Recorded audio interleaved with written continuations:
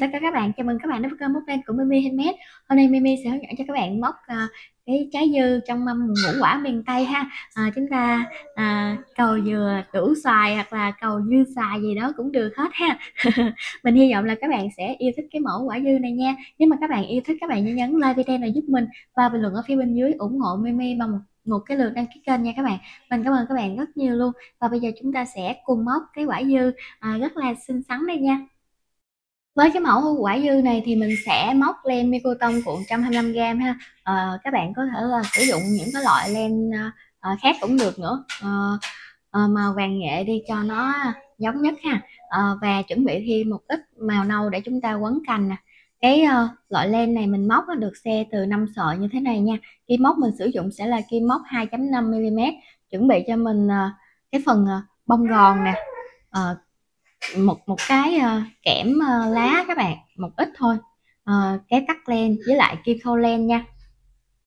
Những cái nguyên liệu cần thiết để móc mâm ngũ quả hoặc là những cái loại trái cây riêng lẻ là mình có cung cấp hết á. Bạn nào có nhu cầu mà muốn mua hàng thì cứ add cái Zalo của mình nha.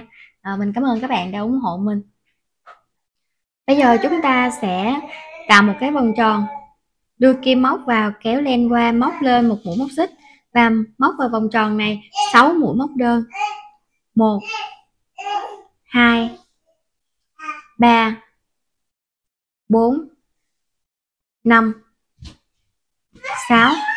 Và các bạn sẽ kéo cho nó khít lại ha. Và chúng ta sẽ trượt mũi vào cái chân móc đầu tiên này. Bạn nào mà quen móc xoắn ốc thì chúng ta sẽ móc xoắn ốc luôn ha. Còn không quen thì chúng ta móc kết hàng như thế này cũng được nữa. Tại vì mũi móc đơn á, khi mà các bạn làm kéo chặt cái chỗ kết hàng thì nó cũng không có bị lộ nhiều á. Rồi bây giờ chúng ta sẽ móc lên một mũi móc xích để móc hàng móc thứ hai. Ở hàng móc thứ hai và hàng móc thứ ba thì chúng ta sẽ đâm kim vào từng chân móc, móc mỗi chân là một mũi móc đơn nha.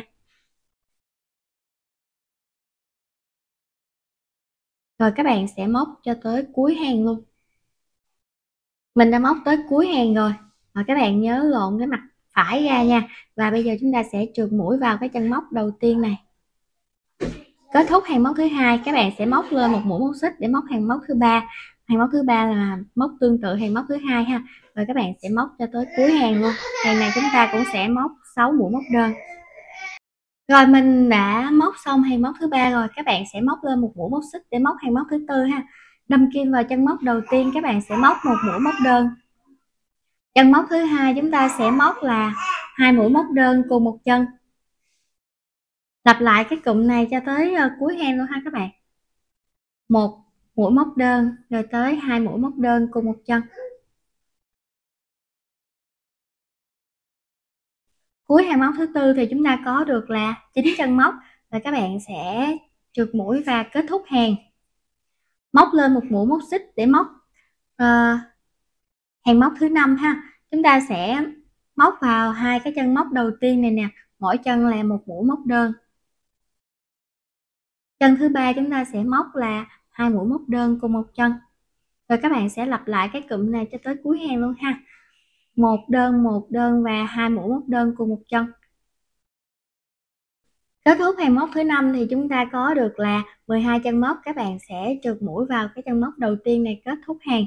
Móc lên một mũi móc xích để móc hàng móc thứ 6. 3 chân móc đầu tiên chúng ta sẽ móc mỗi chân là một mũi móc đơn nha.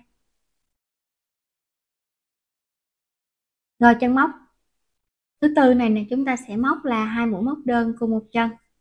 Và các bạn sẽ lặp lại cái cụm móc này cho tới cuối hàng luôn ha. 3 lần một đơn và 1 lần 2 đơn nha. Cuối hàng móc thứ 6 thì chúng ta có được là 15 chân móc. Các bạn sẽ trượt mũi và kết hàng. Móc lên một mũi móc xích để móc hàng móc thứ 7. Đâm kim vào 4 chân móc đầu tiên, chúng ta sẽ móc mỗi chân là một mũi móc đơn. 3 4. Chân thứ 5 này chúng ta sẽ móc là 2 mũi móc đơn cùng một chân. Và các bạn sẽ lặp lại cái cụm móc này cho tới cuối hàng luôn ha. 4 lần một đơn và 1 lần 2 đơn. Kết thúc hàng móc thứ 7 thì chúng ta có được là 18 chân móc. Các bạn sẽ trượt mũi và kết hàng. Móc lên một mũi móc xích để móc hàng móc thứ 8. Hai chân móc đầu tiên chúng ta sẽ móc mỗi chân là một mũi móc đơn. Chân móc thứ ba này chúng ta sẽ móc là 2 mũi móc đơn cùng một chân. Và các bạn sẽ móc cái cụm móc này cho tới cuối hàng luôn ha. 2 lần một đơn và 1 lần 2 đơn. Hồi nãy giờ mình đọc 1 đơn tức là 1 mũi móc đơn ha, 2 đơn tức là 2 mũi móc đơn cùng một chân á. Đây thôi các bạn, nhiều khi các bạn không rõ ha. 2 lần 1 đơn và 1 lần 2 đơn, lặp lại cho tới cuối hàng. Kết thúc hàng móc thứ 8 thì chúng ta có được là 24 chân móc. Các bạn sẽ trượt mũi và kết hàng, móc lên 1 mũi móc xích để móc hàng móc thứ 9. 3 chân móc đầu tiên chúng ta sẽ móc mỗi chân là 1 mũi móc đơn, 2, 3. Chân móc thứ tư này chúng ta sẽ móc là 2 mũi móc đơn cùng một chân. Và các bạn sẽ lặp lại cái cụm móc này cho tới cuối hàng luôn ha. 3 lần 1 đơn và 1 lần 2 đơn nha. Mình đã móc cuối hàng móc thứ 9 rồi và tổng số chân móc hiện tại sẽ là 30 chân móc. Các bạn sẽ trượt mũi và kết hàng ha. Ở hàng móc thứ 10 đến hàng móc thứ 14 á, chúng ta sẽ móc mỗi chân là 1 mũi móc đơn. Như vậy là chúng ta sẽ móc 30 mũi móc đơn cho mỗi hàng ha. Rồi các bạn sẽ đâm kim vào chân móc đầu tiên, móc 1 mũi móc đơn nè. Chân móc thứ hai tương tự và các bạn sẽ lặp lại như thế cho tới cuối hàng móc thứ 10 này. Rồi chúng ta sẽ móc hàng móc thứ 11, 12, 13 và cuối hàng móc thứ 14 thì mình sẽ gặp lại các bạn ha. Mỗi hàng chúng ta sẽ móc là 30 mũi móc đơn nha. Mình đã móc xong hàng móc thứ 14 rồi, bây giờ chúng ta sẽ trượt mũi vào cái chân móc đầu tiên để móc hàng móc thứ 15 ha. Các bạn sẽ móc lên 1 mũi móc xích nè. 8 chân móc đầu tiên chúng ta sẽ móc mỗi chân là 1 mũi móc đơn nha. 1, 2, 3, 4, 5, 6, 7, 8. Chân thứ 9 và chân thứ 10 chúng ta sẽ thực hiện việc giảm mũi ha. Giảm 2 chân móc này thành 1 chân móc. Các bạn sẽ đâm kim vào nửa cái nhánh bên trong của chân móc thứ 9 nè. Đồng thời đâm kim vào nửa cái nhánh bên trong của chân móc thứ 10 luôn ha. Và các bạn sẽ kéo cái len này qua. Còn 2 vòng len trên kim các bạn sẽ kéo qua hết một lượt luôn. Đây được gọi là một mũi giảm nha. Các bạn sẽ lặp lại cái cụm móc này thêm 2 lần nữa, tổng cộng là 3 lần á. 8 lần 1 đơn và 1 lần giảm. Rồi các bạn móc tới cuối hàng ha. 1. Như vậy là chúng ta còn lại là 27 chân móc cho hàng móc thứ 15 này ha. Các bạn sẽ trượt mũi vào kết hàng, móc lên 1 mũi móc xích để móc hàng móc thứ 16. Chúng ta sẽ đâm kim vào 7 chân móc đầu tiên, móc mỗi chân là 1 mũi móc đơn nha. 2, 3, 4, 5, 6, 7. Rồi, chân móc thứ 8 và chân móc thứ 9 các bạn sẽ thực hiện mũi giảm nha. Lặp lại cái cụm móc này cho tới cuối hàng luôn, 7 lần 1 đơn và 1 lần giảm. Mình đã móc tới cuối hàng rồi và tổng số chân móc hiện tại sẽ là 24. Các bạn sẽ trượt mũi và kết thúc hàng nha. Móc lên 1 mũi móc xích để móc hàng móc thứ 18. Thứ 17 chúng ta sẽ móc vào 2 chân móc đầu tiên, mỗi chân là 1 mũi móc đơn. Chân móc thứ 3 và chân móc thứ 4 thì chúng ta sẽ thực hiện mũi giảm. Và bây giờ chúng ta sẽ móc cái cụm móc này cho tới cuối hàng luôn ha. 2 lần 1 đơn và 1 lần giảm nha. Mình đã móc tới cuối hàng móc thứ 17 rồi và tổng số chân móc hiện tại sẽ là 18 chân móc ha. Các bạn sẽ trượt mũi và kết hàng. Tại đây thì chúng ta sẽ nhồi cái phần bông gòn vô để một lát nữa lên mấy cái hàng sau nó hơi nhỏ lại á các bạn. Và mình đã nhồi xong cái phần bông gòn này các bạn. Bây giờ chúng ta sẽ móc hàng móc thứ 18 nha. Đâm kim vào chân móc đầu tiên, móc 1 mũi móc đơn. 2 chân móc tiếp theo chúng ta sẽ thực hiện mũi giảm. Và các bạn sẽ lặp lại cái cụm móc này cho tới cuối hàng luôn ha. 1 đơn 1 giảm. Mình đã móc tới cuối hàng rồi và tổng số chân móc hiện tại sẽ là 12 chân móc. Các bạn sẽ trượt mũi và kết hàng. Móc lên 1 mũi móc xích để móc hàng móc thứ 19, hàng móc cuối cùng. Chúng ta sẽ thực hiện toàn bộ mũi giảm nha. 2 chân móc đầu tiên nè, chúng ta sẽ thực hiện mũi giảm luôn. Rồi các bạn sẽ đâm kim kéo lên, thực hiện mũi giảm đầu tiên. Rồi tới mũi giảm thứ 2, thứ 3, thứ 4, thứ năm, thứ sáu. Rồi các bạn sẽ trượt mũi vào cái chân móc đầu tiên này.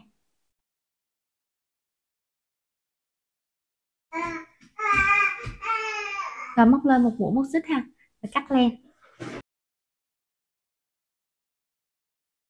Móc lên một mũi móc xích rồi chúng ta sẽ cắt ra một đoạn ha. Rồi các bạn sẽ nhồi cái phần bông gòn còn lại chỗ này nè cho nó bít luôn nha. Ở cái phần nhô lên ở phía trên đây nè các bạn, thì chúng ta sẽ làm 3 cái cục nhỏ và 2 cái cục to hơn xíu ha. Cái cục nhỏ thì vòng tròn mai thuật là 6 mũi móc đơn, cái cục to hơn là vòng tròn mai thuật là 7 mũi móc đơn ha. Cục nhỏ thì chúng ta sẽ móc 4 hàng, còn cục to thì chúng ta sẽ móc là 5 hàng. Bây giờ mình sẽ hướng dẫn cho các bạn làm cái phần to hơn ha. 3 cái nhỏ và 2 cái to.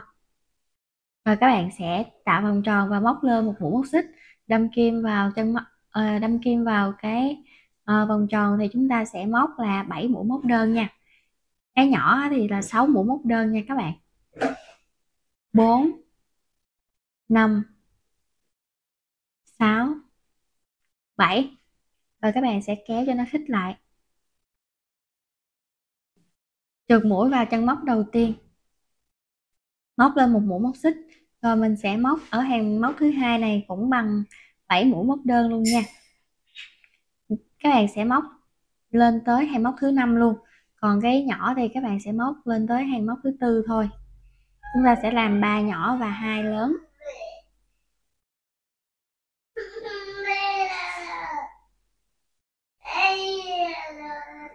Rồi kéo cho nó khít lại luôn nè. Rồi chúng ta sẽ trượt mũi vào chân móc đầu tiên, kết thúc hàng móc thứ hai ha. Rồi mình sẽ móc thêm 3 hàng nữa. Mình đã móc xong cái phần này là các bạn 5 hàng móc. Các bạn sẽ trượt mũi và kết thúc hàng, cắt ra một cái đoạn len và chúng ta sẽ nhồi cái phần bông gòn vô đây luôn ha. Rồi các bạn sẽ làm 5 cái như thế này.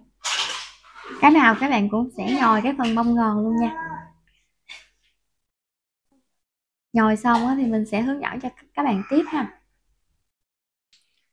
Rồi mình đã làm xong cái phần bông gòn này các bạn. Bây giờ chúng ta sẽ đưa cái phần cọng len này nè vào trong cái kim khâu len, rồi chúng ta sẽ chốt mũi lại luôn nha. Những cái kia thì các bạn sẽ làm tương tự. Giờ đây là cái chân đầu tiên, các bạn sẽ đâm kim vào nửa nhánh của chân móc thứ hai, kéo len nha.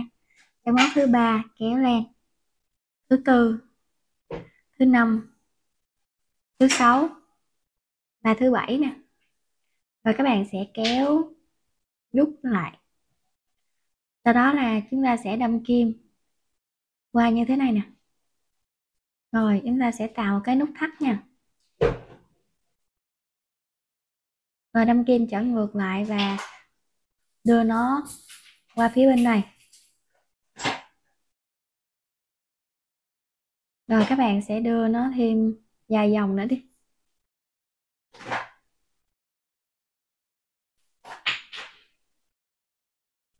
Các bạn làm nóng keo nến á.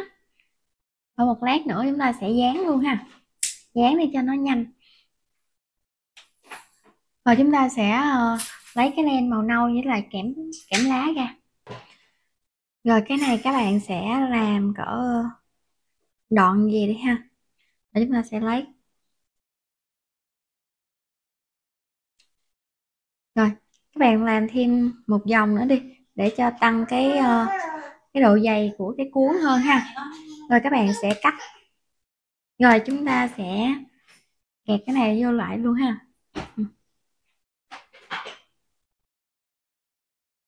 Rồi các bạn sẽ lấy cái len màu nâu để chúng ta quấn nè.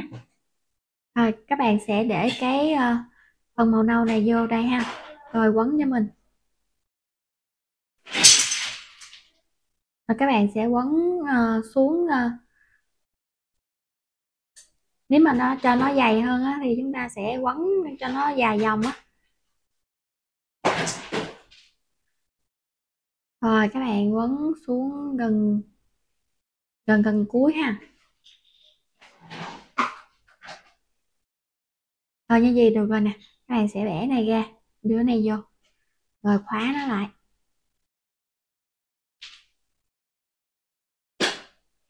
Rồi các bạn sẽ cắt len luôn nha. Rồi chúng ta sẽ đưa nó vô phía trong này nè, thử trước nó.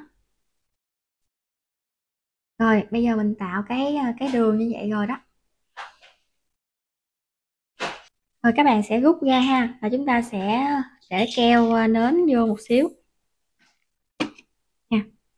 Và chúng ta sẽ đưa lại cái đường cũ để nó vô phía trong luôn, để cho nó dính hơn á các bạn.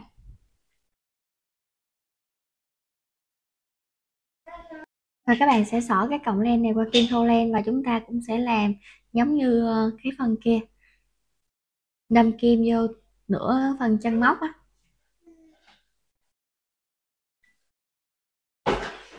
Rồi các bạn sẽ chấm một ít keo ở chỗ này ha. Mình đã chấm keo xong rồi nè, các bạn sẽ kéo rút nó lại rồi để cho nó chắc chắn luôn ha. Rồi cái cọng này chúng ta cũng sẽ tạo nút thắt. Tạo xong rồi chúng ta sẽ di chuyển cái cọng này đi xung quanh á.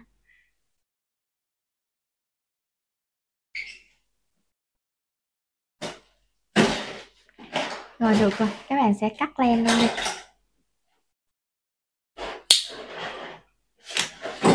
Rồi chúng ta sẽ dán ha. Bây giờ mình sẽ dán cái phần to trước nè, làm cái cho nó dẹp dẹp. Rồi lấy keo ha, lấy keo chỗ này. Rồi mình lấy keo xong rồi nè, các bạn sẽ để nó vô, xong rồi cái chúng ta sẽ xen kẽ rồi cho nó dính luôn ha. Rồi các bạn sẽ làm tới cái phần nhỏ, rồi tới cái phần to, và tới hai cái phần nhỏ là cuối cùng luôn ha. Rồi cái này chúng ta lại lấy keo.